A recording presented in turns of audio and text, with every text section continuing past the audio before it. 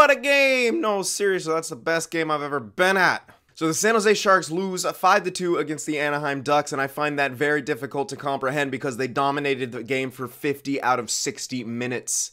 Between Martin Jones being switched cheese and the power play being hot garbage, I'm not too sure which one to blame more. I was told that they'd both be better by now because it's no longer preseason. That's weird how that works. It doesn't just magically fix itself when the season starts. But despite the loss, there's a lot of good things to take from this game. Two of them being Evander, Kane, and Tomas Hertl. Those were some filthy dangles.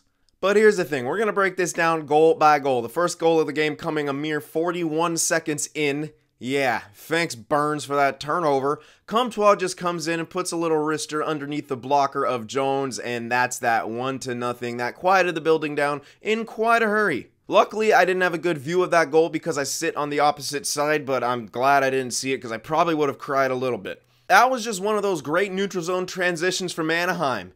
Again, weird. Usually the Sharks are better at the neutral zone transition than Anaheim, but in this game, all the roles were reversed. The Sharks had all the bad luck, the Anaheim Ducks got all the bounces. It was kind of like a reverse of the playoff series. However, not to be outdone, about 12 minutes later, Evander Kane put a move on Manson that makes you blush. That between the legs nutmeg to get to the goal to put it 5-hole on Gibson was one of the prettiest things I've ever seen Evander Kane do, and that's saying a lot because he makes some pretty plays. Now granted, he hasn't been with the Sharks for long, but you know I watched a bunch of highlights of him when the Sharks acquired him, and that move was something else, man. It really was. Neutral zone transition. Good for the Sharks, bad for the Ducks. Ducks get caught on a change. Justin Braun makes a great bank pass, and Evander Kane makes no mistake. I don't know what it is about the Sharks and undressing Ducks defensemen, but it seems to happen quite a bit. I can think of at least 5 times within the past 10 games where it's happened. And let's actually lower that to 5 games, because for a second there, I forgot that the Sharks swept Anaheim in the playoffs, because it didn't look like they would do that tonight. The next highlight reel performance came in the second period from Tomas Hertl on the penalty kill. Whoa, is this a new thing? Sharks can score on the penalty kill but can't score on the power play, or at least they're scoring on some kind of special teams. Once again, Tomas Hertl proves his great worth and proves that he's fully recovered from his injury. Fuck you, Dustin Brown, by the way. He makes a singular effort to deflect the D-to-D pass into the neutral zone, then skates his ass off and hits it once again towards the corner. Gets Fowler to commit to him. Does an amazing dipsy doodle through Fowler's legs. By the way, Fowler, Manson, you owe us 20 push-ups each. And then he takes it to the front of the net. Couture goes to the slot to provide the decoy, and Hertl puts it short side with one of the best wristers I've ever seen. Like, no joke. The release was quick, the shot was hard, and it beat Gibson. It went top cheese. That was just an incredibly pretty play, and it's really unfortunate that those 2 plays are marred by the Sharks' inability to keep the puck out of the net while only surrendering 15 shots total in a game. Literally, we outshoot the Ducks 33-15 and we lose 5-2. One's an empty netter, but still, 4 goals off 14 shots. You can maybe say this one's on Martin Jones a bit. And because Sharks fans are not allowed to celebrate in their home opener, just less than a minute later, Raquel scores on the power play. Burns is facing the wrong way, and Martin Jones has no chance. You can't blame him for that one. And it was a great power play by the Ducks. I'm very surprised at how well their power play is doing this early on in the year, because I'm under the impression that all power plays are supposed to suck even when you have elite players.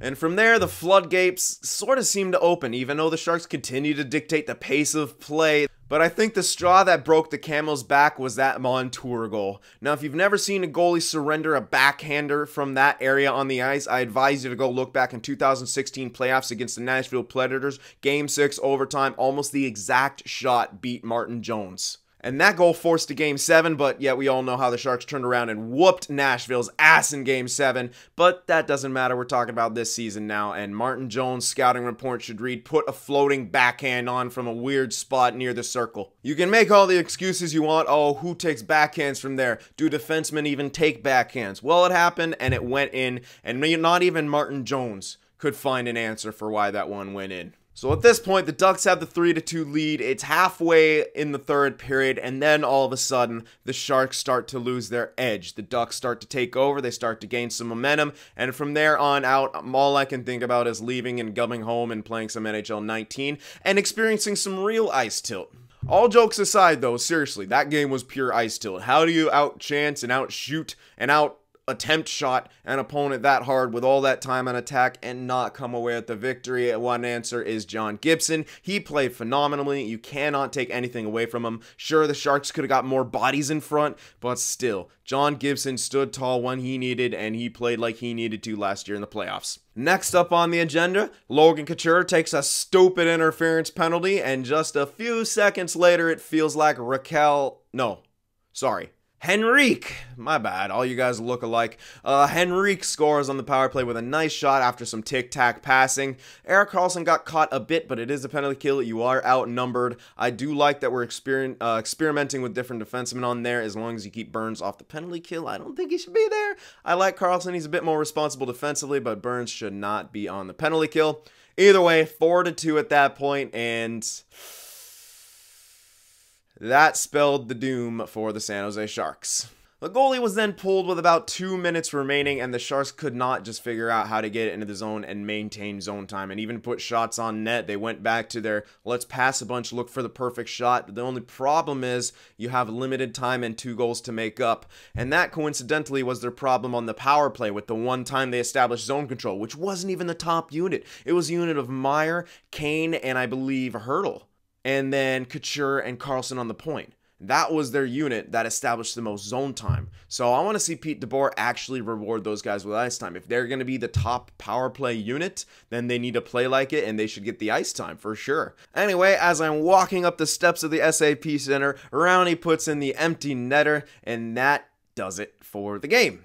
Who the hell's Rowney, by the way? The Ducks have about 5,000 injuries, and I'm not too sure why the score wasn't reversed in this game. My only explanation is that the hockey gods are paying the Ducks back for that playoff series, because in that one they faced a lot of bad puck luck as well, and a lot of chances that maybe should have gone in, yet they didn't, so whatever. Take your first regular season win and enjoy it, Anaheim, but I wouldn't celebrate too much in just from a hockey perspective. There's still a lot to work on. You cannot get dominated for most of the game and come out victorious every time. Although I hear from my friend that's kind of Ducks hockey, put the saddle on Gibson and hope for the best. So I guess my entire breakdown for the Sharks is to work on those special teams. I mean, you went 1 for 3 on the penalty kill and 0 for 3 on the power play. That's not really good percentages, I hear. And you know what? Maybe give Dell a start a little bit earlier here in the season. Don't maybe put too much on Jones. I mean, I'm going to blame him for this game, but I do think he's going to bounce back. I do think he's going to have a strong performance, perhaps against the Kings, and the Sharks need to play a little bit better in front of him. Not too many high-quality turnovers that lead to big chances. That's a big thing. Burns made some dumb moves. I think he's got to get his head right again. He just doesn't seem to be in the game yet, but positives, Evander, Kane was brilliant. Tomas, Hertl was brilliant. Timo Meier was fantastic. He's going to have a breakout year, I predict. At least 25 goals. At least 50 points. That's what I'm seeing out of Timo Meier. And Tomas Hertl, there's no telling what he can do. But another thing, Erik Karlsson is so good. He is so good. I didn't really see him make any visible mistakes here. Maybe he was caught a little bit out of position on one of the goals on the penalty kill. But other than that, his puck handling, his passing, his vision is incredible.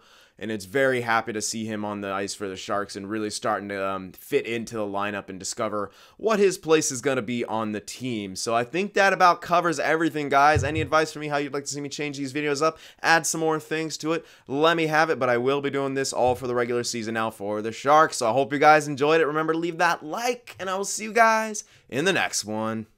If watching my videos just isn't enough sin for you, be sure to go over there on Twitter and shoot me a follow, and you could even join our Discord server as well to talk with some of the other sinners out there. The links to both are in the description.